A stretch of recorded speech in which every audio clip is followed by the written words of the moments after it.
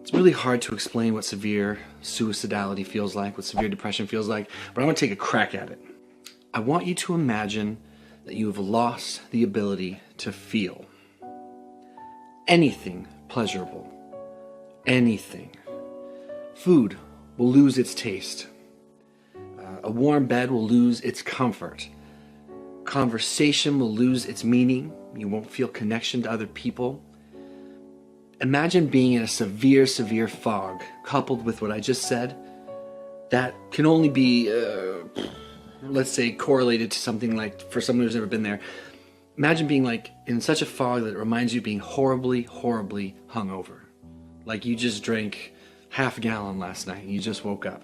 Imagine that type of fog and discomfort. What most people don't know about people that are severely depressed or severely anxious is physically, you can feel very sick. It's pretty strange. I never understood it until it happened to me. But you can feel in pain. So I want you to imagine the hangover. I want you to imagine the inability to experience anything in terms of feelings. I want you to imagine flu-like symptoms. Not necessarily that you're throwing up or that you have, cough and all the traditional symptoms, fever, but you feel achy and uncomfortable, completely uncomfortable all the time. On top of that, you can't sleep. And if you do fall asleep, you can't stay asleep. And so you're miserable. You're absolutely miserable. All those things together, put them on top of each other. Now you might think to yourself, well, I mean, that sounds bad, but I could hang in there and get through it. Granted, most people can experience a very great level of pain for a certain short amount of time. Imagine yourself the last time you had the flu, for example, horrible, horrible flu. I'm sure that a few days in you were feeling pretty miserable. You may have been thinking things like when is this ever going to stop?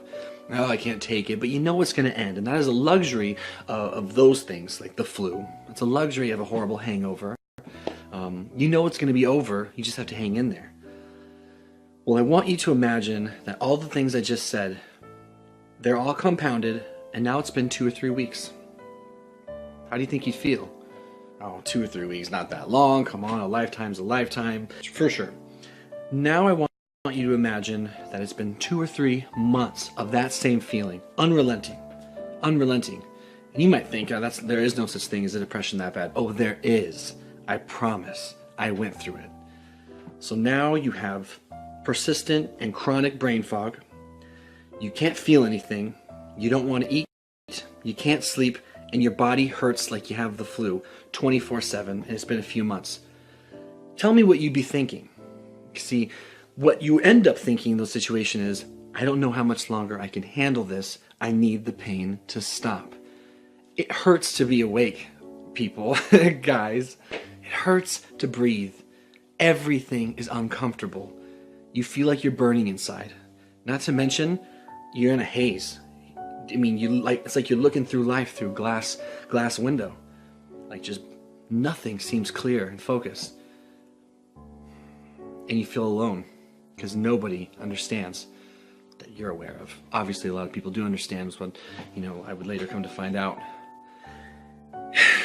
And if you can't imagine all of those things compounded into each other, then I pity your lack of empathy and or imagination.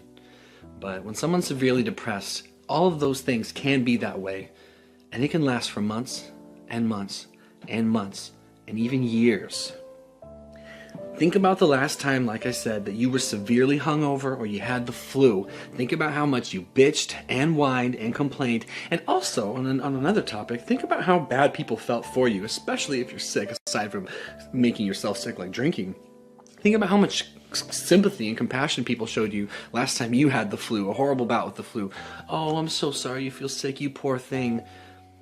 But we don't seem to give the same credit to someone suffering severe depression because not everybody has. And that's the problem.